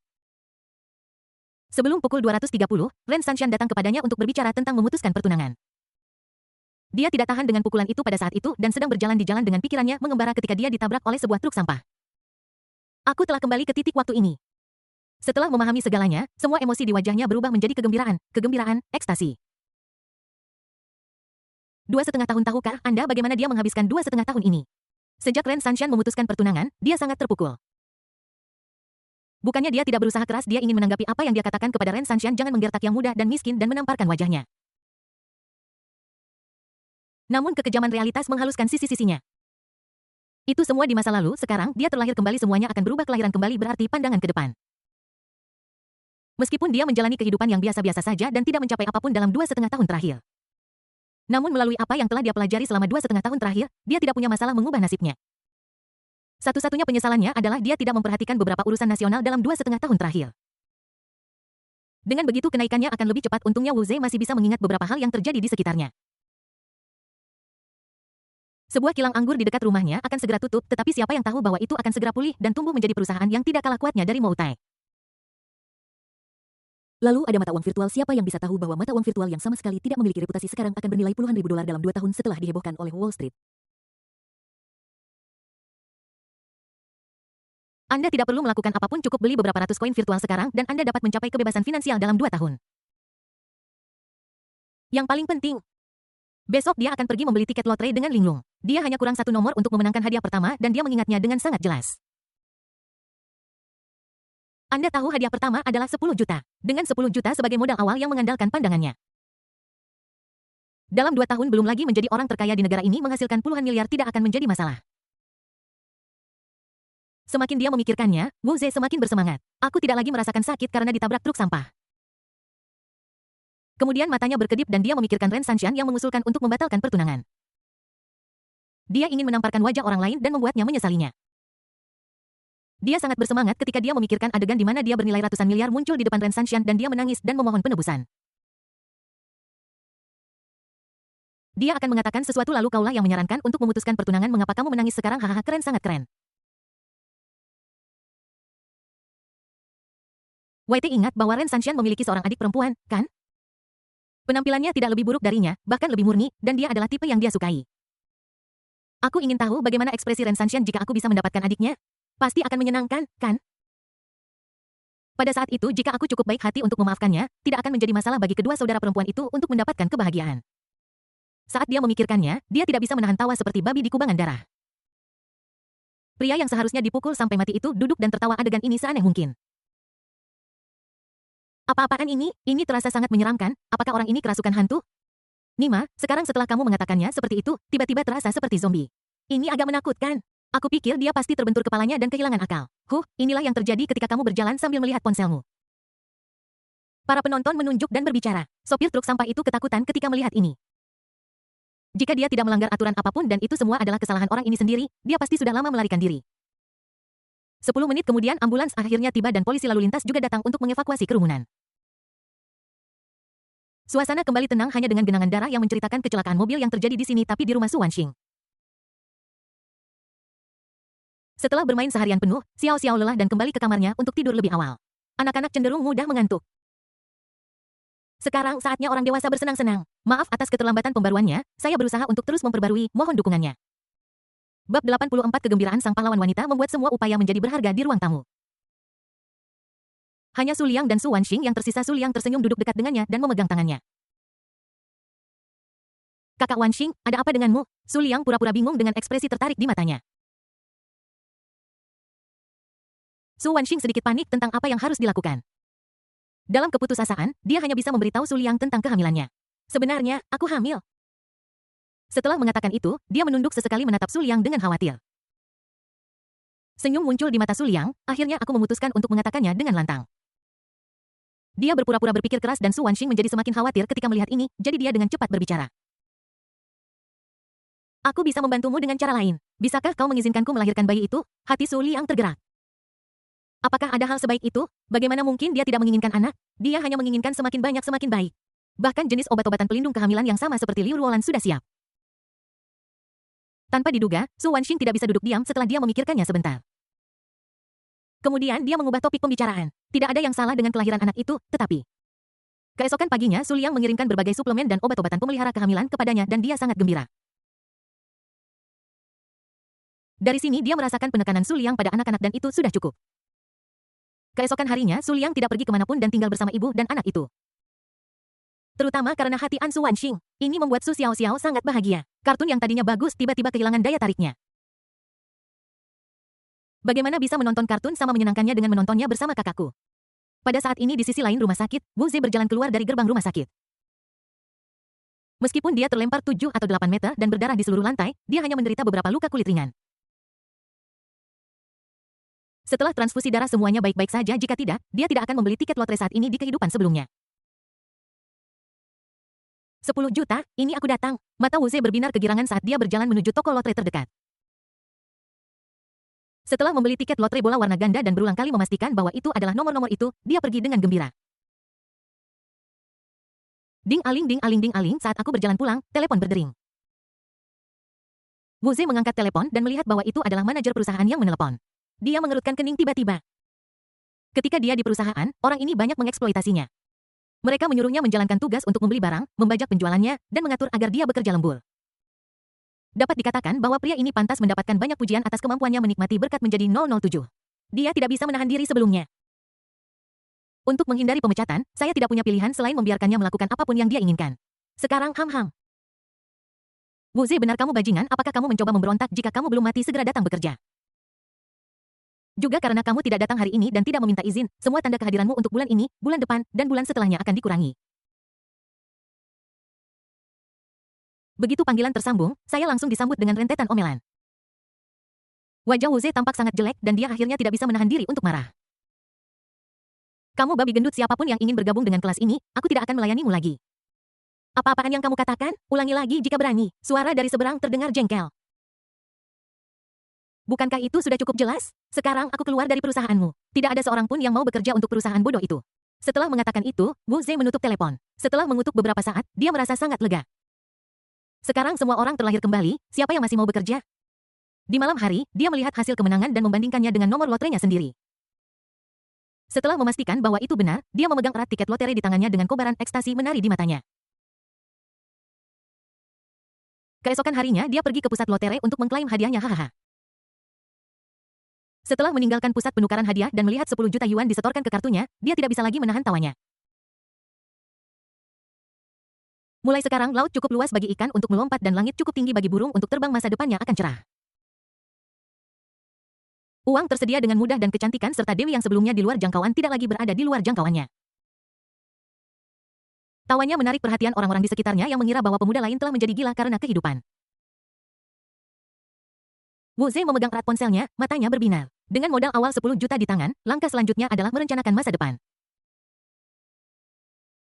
Setelah kembali ke rumah kontrakan, dia memanjat tembok dan mendaftarkan akun mata uang virtual. Saya menghabiskan 10.000 yuan untuk membeli 1.000 koin virtual. Dia tidak berani membeli terlalu banyak karena takut menarik perhatian orang-orang yang berkepentingan. Meskipun hanya ada 1.000 dari mereka, mereka akan bernilai puluhan juta dolar dalam 2 tahun. Setelah itu Wu Ze pergi ke kilang anggur di dekat rumahnya. Bisnis kilang anggur itu tidak berjalan dengan baik. Karena tidak mampu membayar pengeluaran, hampir 100 karyawan di PHK, hanya menyisakan beberapa orang. Rambut pemilik kilang anggur memutih karena khawatir. Dia ingin mengalihkan kilang anggur, tetapi setelah mengetahui kerugian yang dideritanya, beberapa pemilik yang tertarik menyerah. Tepat ketika dia memutuskan untuk bertahan lebih lama dan menjual kilang anggur dengan harga murah jika dia benar-benar tidak bisa bertahan lebih lama lagi. Seorang pemuda datang ke pintu 3 juta, saya ingin pabrik ini. Pemilik kilang anggur terkejut. Tampaknya orang itu adalah seorang anak laki-laki. Dia pikir dia sedang dipermainkan, jadi dia hanya mengatakan angka acak. Harga ini dapat dibeli ketika kilang anggur tidak merugi, bahkan jika harga turun menjadi 1 juta sekarang dia bersedia membelinya. Aku tidak menyangka pemuda ini begitu sombong. Bagaimana mungkin pemilik kilang anggur melewatkan kesempatan untuk tersedot abis prosedur transfer selesai dengan cepat? Melihat ekspresi ceria dari pemilik kilang anggur, Wu Zhe juga tersenyum. Kau tahu sekali pabrik anggur ini mengembangkan nilai pasarnya akan menjadi miliaran. Itu hanya 2,5 tahun kemudian, seiring waktu nilai hanya akan lebih tinggi. Anda mungkin menang, tetapi saya tidak akan pernah kalah. Bab 85 Sosok yang tertinggal. Bagaimana Anda bisa bersaing dengan saudara perempuan Anda untuk seorang pria? Untuk menjelaskan, ada 2 jenis kelahiran kembali, yaitu garis waktu sebelum Su Liang melakukan perjalanan waktu dan garis waktu setelah dia melakukan perjalanan waktu. Setelah mengambil kendali pabrik anggur, sebuah mesin penghasil uang, Wu Zhe menghela napas lega. Dengan pabrik anggur, dia tidak takut bahkan jika sesuatu yang tidak terduga terjadi pada mata uang virtual. Industri adalah hal yang paling meyakinkan. Apa yang harus saya lakukan selanjutnya? Dia tenggelam dalam pikiran yang dalam. Peristiwa dan perubahan yang telah terjadi dalam 2 tahun terakhir terlintas dalam benak saya. Sebuah tempat di bagian timur Shanghai akan segera diubah menjadi zona pengembangan ekonomi dan harga tanah melonjak. Jika Anda berinvestasi di muka, Anda pasti akan menghasilkan banyak uang. Namun jika dia ingin berinvestasi dalam pengembangan, jutaan ini tidak cukup untuk menutupi kesenjangan. Apakah ada cara untuk menghasilkan uang dengan cepat? Bertaruh pada Piala Dunia menghasilkan uang dengan cepat, tetapi sayangnya dia tidak suka sepak bola dan sama sekali tidak memiliki ingatan tentangnya. Perdagangan berjangka saham dia pernah mendengarnya, tetapi dia tidak mengerti sama sekali. Dia tahu bahwa akan ada demam babi dalam setengah tahun dan harga daging akan meroket sehingga dia seharusnya bisa menghasilkan banyak uang saat itu. Itu semua masih setengah tahun lagi, jadi saya tidak akan mempertimbangkannya untuk saat ini. Alangkah baiknya jika aku bisa memiliki bakat Yesuan dalam perdagangan saham. Wu Zhe menghela nafas. Dengan 50 juta yuan yang diperoleh dari pembongkaran, dia menginvestasikannya di pasar saham dan segera menjadi dewa saham yang melampaui Buffett. Tiba-tiba dia menepuk pahanya. Ngomong-ngomong, Yesuan sepertinya baru-baru ini naik daun, kan?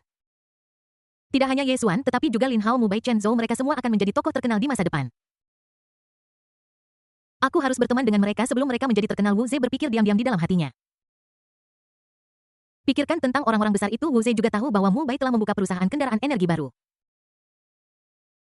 Tetapi dia adalah bos dari grup bernilai multimiliar dolar dan sama sekali tidak memikirkan investasinya. Untuk berteman dengan orang-orang ini, Anda harus memiliki tingkat kekuatan tertentu. Lalu aku bertanya-tanya apakah ada cara lain untuk menghasilkan uang dengan cepat. Jadi antik. Dia hanyalah seorang pekerja kantor 007 dan tidak tahu apa-apa tentang hal-hal yang hanya mampu dibeli oleh kelas atas. Real estate, internet, dan energi baru adalah semua industri yang akan menghasilkan uang dalam 2 tahun ke depan, tetapi sayangnya dia tidak dapat terlibat di dalamnya untuk saat ini. Setelah melihat ke belakang, dia menyadari bahwa tidak ada cara untuk menghasilkan uang dengan cepat. Aku tidak bisa menahan diri untuk diam-diam menyesali mengapa aku begitu dekaden dalam 2,5 tahun terakhir. Jika aku mengumpulkan lebih banyak informasi, aku tidak akan berakhir seperti ini. Sambil menggelengkan kepalanya, Wu Zhe berencana untuk membeli rumah terlebih dahulu. Real estate pasti akan menghasilkan keuntungan besar dalam 2 tahun ke depan. Dia berencana untuk membiarkan kerabat dan teman yang memiliki hubungan baik dengan keluarganya membeli beberapa rumah dan menimbunnya sehingga mereka pasti tidak akan kehilangan uang. Terlibat dalam bisnis yang menguntungkan, berteman dengan orang-orang besar, dan lihat apakah saya dapat mengingat proyek bagus apapun. Setelah diam-diam merencanakan masa depan, Wu Zhe benar-benar santai. Sekarang masalah uang sudah teratasi, langkah selanjutnya adalah menikmati hidup. Dia memikirkan adik Ren Sanshan. Ren Feifei, bukankah kamu memutuskan pertunangan? Aku berbalik dan mengejar adikmu.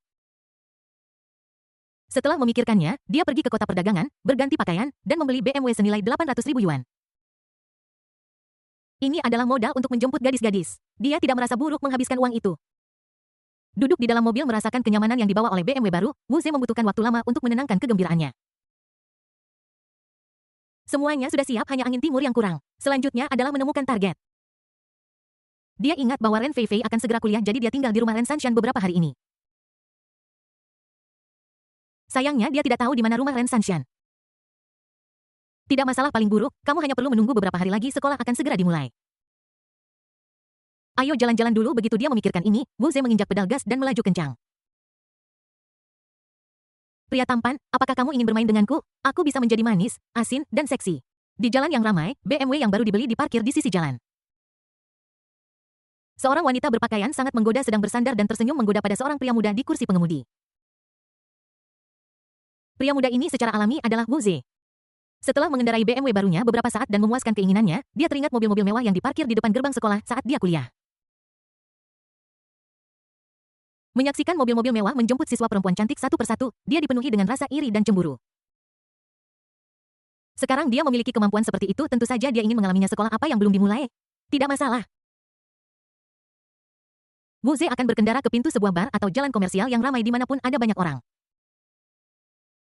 Benar saja, tidak lama setelah dia memarkir mobil, banyak wanita cantik datang untuk mengobrol dengannya. Wanita berpenampilan sopan di depan saya ini sudah yang ke-10. Maaf, saya sedang menunggu seseorang. Wu Ze tersenyum dan menolak wanita menawan itu. Jika di masa lalu, dia akan tersipu malu untuk waktu yang lama jika berbicara dengan wanita seperti ini. Aku sama sekali tidak merasakan apapun sekarang. Aku merasa percaya diri setelah terlahir kembali. Wanita secantik ini tidak lagi menarik di matanya. Jika Anda ingin mencari, carilah kecantikan yang memukau seperti Ren Sanshan. Wanita itu pergi dengan kecewa. Tepat ketika Wu Ze sedang memikirkan kemana harus pergi selanjutnya, sesosok tubuh memasuki pandangannya. Tidak jauh di depan, seorang gadis yang berpakaian sederhana tetapi tidak bisa menyembunyikan sosoknya sedang berjalan di jalan. Melihat wajahnya lagi, Wu Ze gemetar. Wajah gadis itu agak mirip dengan Ren Sanshan, hanya saja masih ada sedikit kekanak-kanakan di antara alisnya. Bukankah ini Ren Feifei, adik dari Ren Sanshan yang ia impikan untuk bertemu? Ia segera tidak bisa duduk diam dan menyalakan mobil. Ren Sanshan sedang sibuk bekerja dan pergi meninggalkan Ren Feifei sendirian di rumah. Merasa sedikit bosan, ia pergi jalan-jalan. Ini juga bisa dianggap sebagai cara untuk membiasakan diri dengan suasana dan lingkungan Shanghai sebelumnya. Dulu kakaknya selalu membawanya dan dia tidak pernah berbelanja sendirian. Kemakmuran kota ajaib membuatnya yang baru datang dari desa merasa sedikit bingung dan takut. Untungnya dia memiliki saudara perempuan dan saudara ipar yang mencintainya. Ketika dia memikirkan saudara iparnya yang lembut, hatinya tergerak dan pipinya sedikit memerah. Sejak terakhir kali saya bertemu saudara ipar saya, sosoknya akan muncul di pikiran saya dari waktu ke waktu setelah saya kembali ke rumah. Bahkan memimpikannya, hal pertama yang dia lakukan ketika bangun keesokan harinya adalah mandi. Bagaimana aku bisa punya ide seperti itu? Itu ipar laki-lakiku. Bagaimana kamu bisa bersaing dengan saudara perempuanmu untuk seorang pria? Perasaan malu secara alami muncul di hatiku. Menggelengkan kepalanya untuk menyingkirkan semua pikiran yang mengganggu, Ren Feifei tersenyum lagi dan merasa sedikit bersemangat. Karena kakaknya mengatakan bahwa dia akan membawanya ke perusahaan kakak iparnya pada sore hari. Saat dia senang bertemu dengan kakak iparnya, sebuah suara datang, "Hei cantik, mau berteman?" Wu Ze memperlambat mobilnya untuk mengimbangi kecepatan berjalan Ren Feifei dan senyum yang menurutnya menawan muncul di wajahnya. Bab 86 protagonis bingung. Dewi melemparkan dirinya ke pelukan orang lain. Suara tiba-tiba itu mengejutkannya.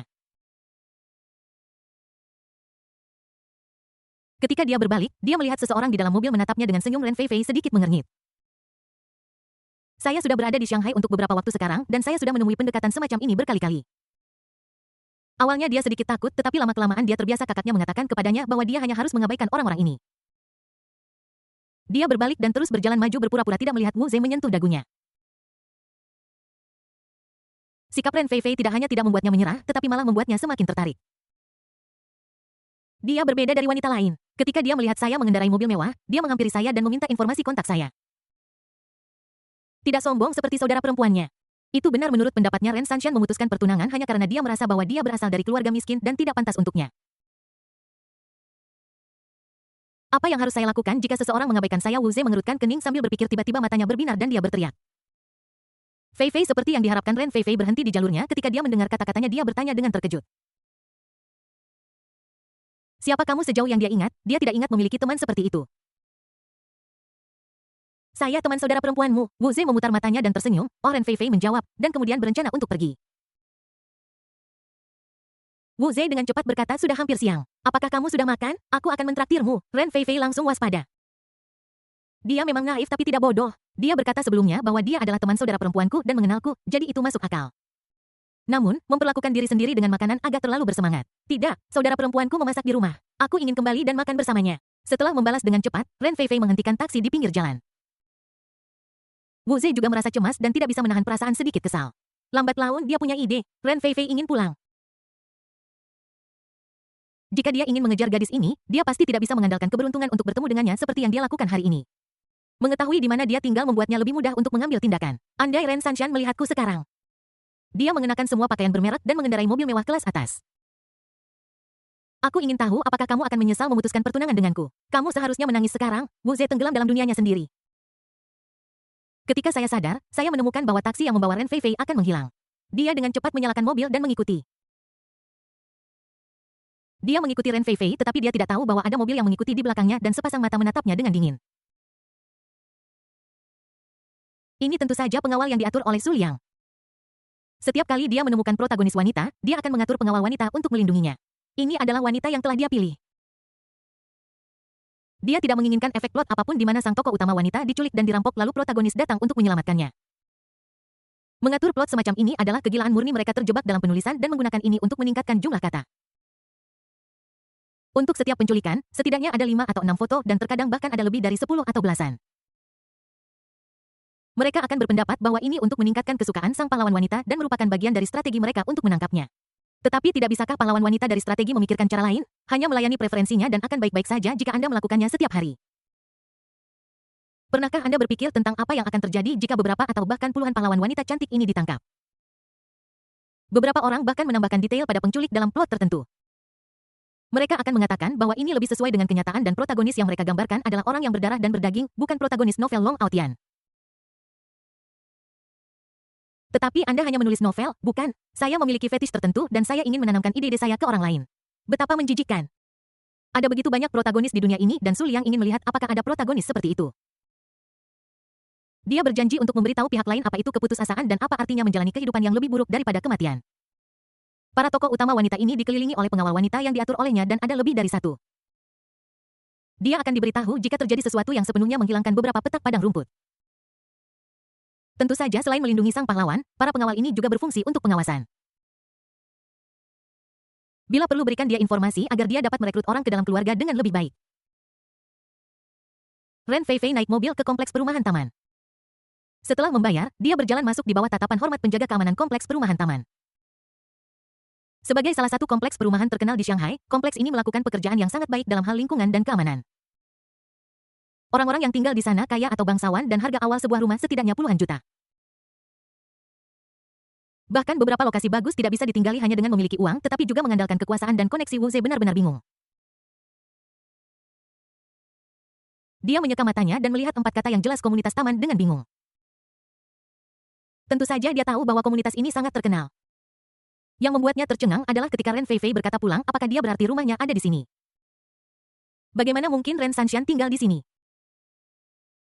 Bahkan jika dia memiliki jutaan dolar dan ingin membeli rumah, dia tidak pernah berpikir untuk membelinya di sini. Uang kecil yang dia miliki hanya cukup untuk membeli sebidang tanah kecil di sini. Ren Sanxian dipelihara oleh seorang bos besar. Ini satu-satunya penjelasan, tidak ada kemungkinan lain. Wu Ze sangat marah hingga dia menggertakkan giginya. Meskipun Ren Sanxian mengusulkan untuk membatalkan pertunangan, dia juga merasakan kebencian dan memutuskan untuk membuatnya menyesalinya. Namun tidak dapat dipungkiri bahwa dia masih memiliki secercah keinginan di hatinya dan pada akhirnya dia mendapatkan kedua saudara perempuan itu. Tanpa diduga wanita yang selama ini dia perhatikan sudah dipeluk oleh orang lain.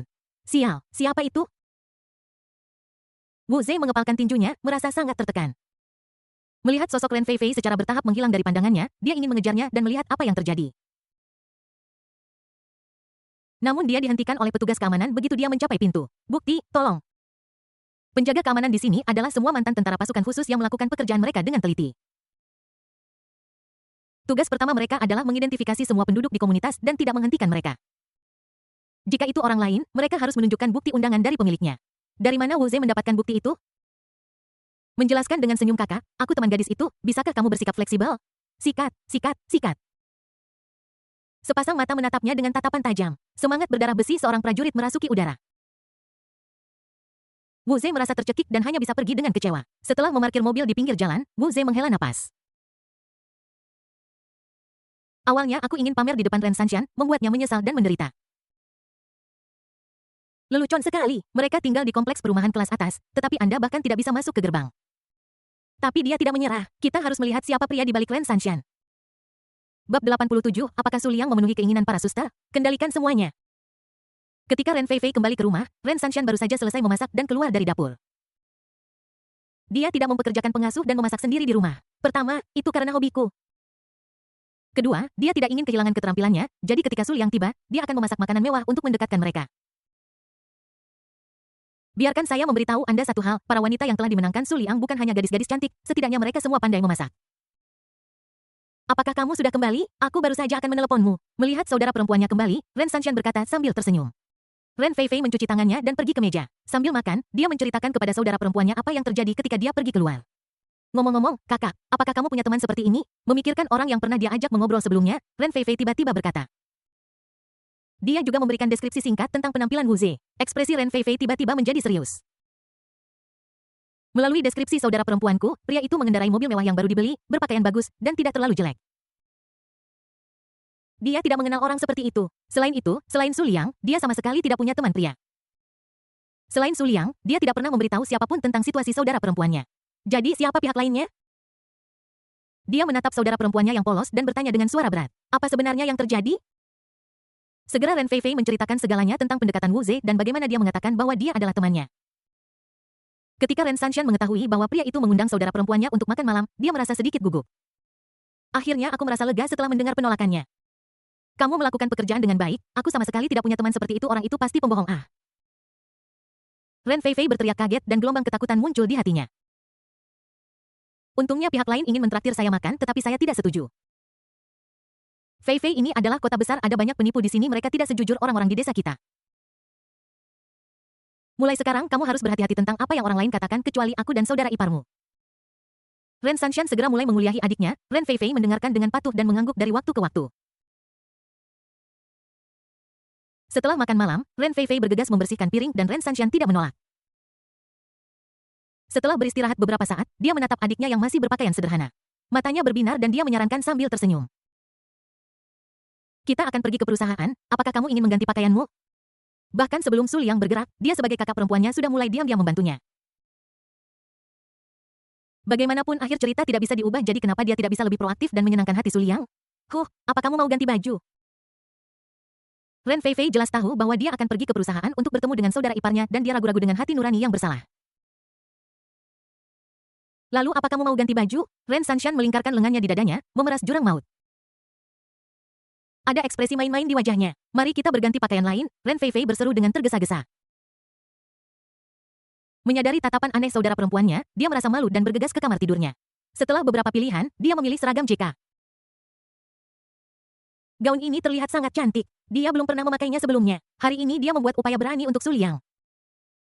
Setelah berganti pakaian, Ren Sanshan juga mengenakan riasan tipis dan kedua saudara perempuan itu pergi bergandengan tangan. Di luar gerbang kompleks, saat ini Wu Ze sedang menunggu dengan cemas di dalam BMW yang diparkir di pinggir jalan. Dia sudah menunggu di sini selama beberapa jam dan perutnya keroncongan. Mengapa kita belum melihat Sister Ren Sanshan keluar?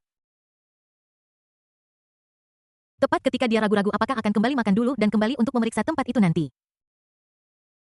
Sebuah Maserati Quattroporte putih muncul di depan mata dan melaju keluar dari kompleks perumahan. Awalnya dia tidak peduli, tetapi ketika dia melirik pemilik mobil, dia benar-benar tercengang. Dia benar-benar melihat bahwa orang yang mengendarai Maserati Quattroporte adalah Ren Sanshan. Mobil ini bernilai setidaknya beberapa juta. BMW saya hanyalah sampah dibandingkan dengan itu. Ini memberikan pukulan lain bagi Wu Ze. Ide untuk pamer di depan Ren Sanshan dibatalkan. Dia memiliki wajah muram, suasana hati yang sangat berat, dan sedikit rasa ingin tahu. Bos besar macam apa yang berhubungan dengan Ren Sanshan? Tidak hanya memberinya rumah mewah, tetapi dia juga memberinya mobil mewah. Melihat Maserati Presiden perlahan melaju pergi, dia mengikuti tanpa ragu. Dia harus mencari tahu siapa yang mendukung Ren Sanshan. Selain itu, dia harus mengejar Ren Feifei sesegera mungkin. Jika dia terus tinggal dengan Ren Sanshan, bagaimana jika dia diperhatikan oleh bos besar itu suatu hari nanti? Bukankah itu berarti keinginanku untuk memiliki kedua saudara perempuan itu akan dipenuhi oleh orang lain? Mengikuti sepanjang jalan Wu Ze tiba di grup Su. Dia sangat terkejut dan sebuah tebakan muncul di benaknya. Mungkinkah putra sulung keluarga Su berada di belakang Ren Sanshan? Jika itu benar, tidak mengherankan untuk memberinya mobil dan rumah. Tapi itu tidak benar. Bukankah Su Liang seorang penjilat? Dia telah mengejar Liu Ruolan tetapi selalu ditolak. Kemudian dia disiksa dengan menyedihkan oleh dokter jenius Lin Hao. Sebelum kelahirannya kembali yaitu 2,5 tahun kemudian, Lin Hao dan 3 master di belakangnya menghadapi keluarga Su yang besar. Adapun hasil selanjutnya, dia tidak tahu. Bagaimanapun, dia tahu bahwa Su Liang, putra sulung keluarga Su, adalah penjilat dan selalu diganggu oleh Lin Hao.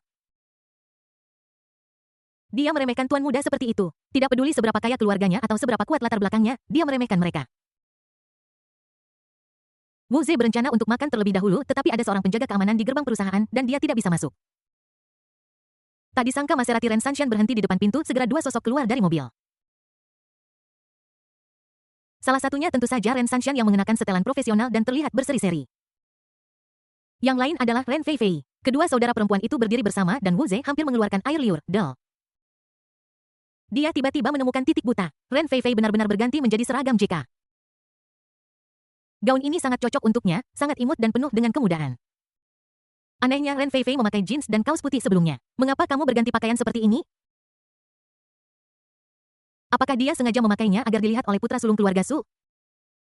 Begitu pikiran ini muncul di benaknya, dia dengan cepat menggelengkan kepalanya dan mengesampingkan pikiran-pikiran yang mengganggu.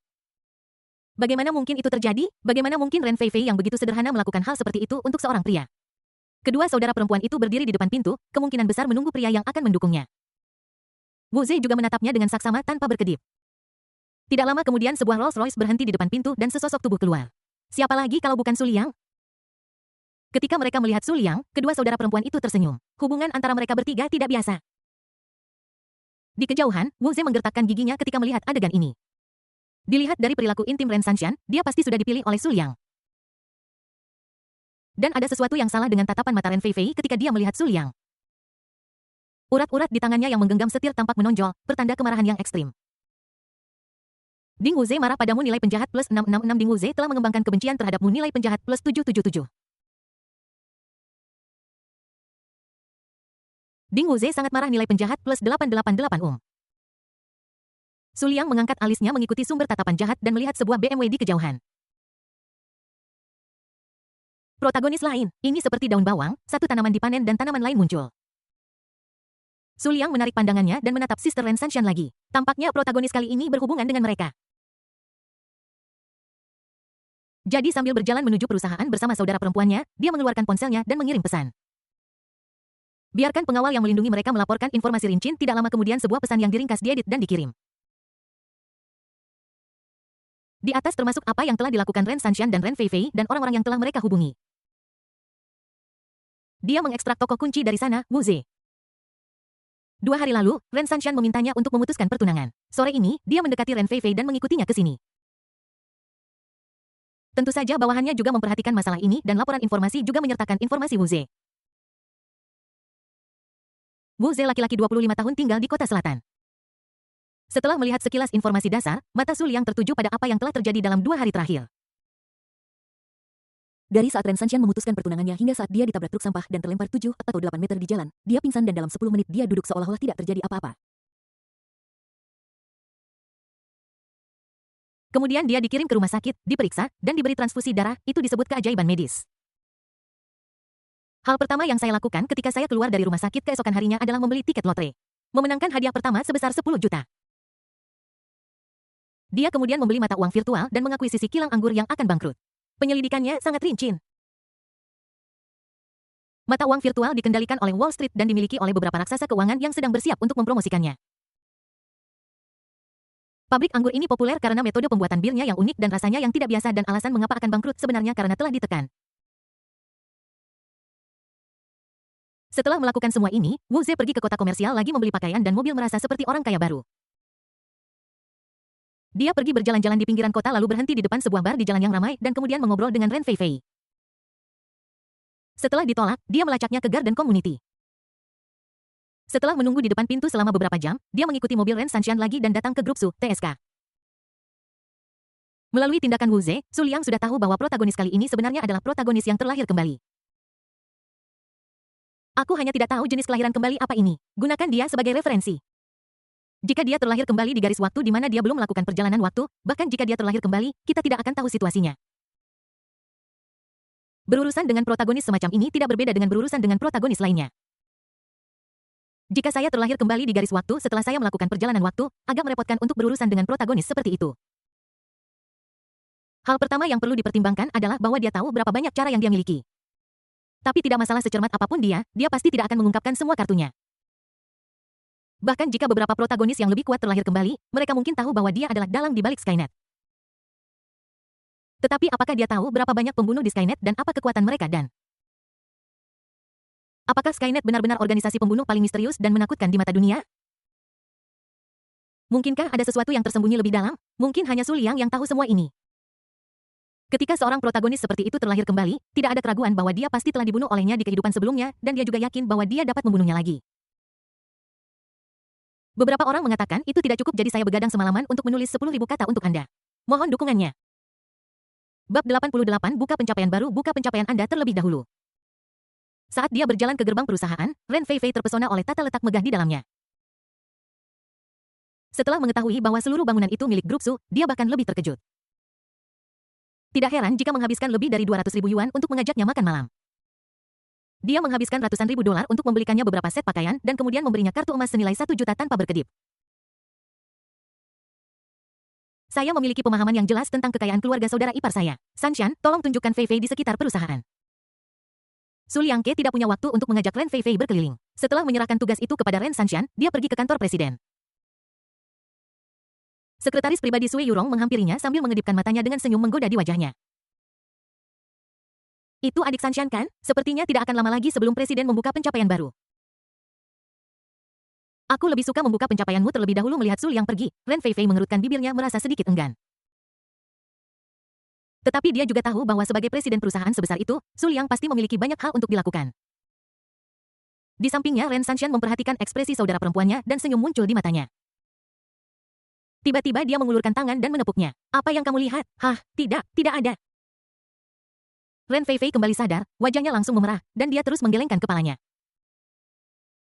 Melihat adiknya begitu imut, Ren Sanshan tersenyum lebih cerah dan kemudian meraih tangannya. Ayo pergi, apa kamu tidak penasaran dengan perusahaan yang akan aku ajak kamu lihat pertama kali di kantor presiden? Su Liang sedang menandatangani dokumen yang telah menumpuk selama beberapa hari. Sui Yurong baru saja selesai melaporkan pekerjaannya dan pergi bang.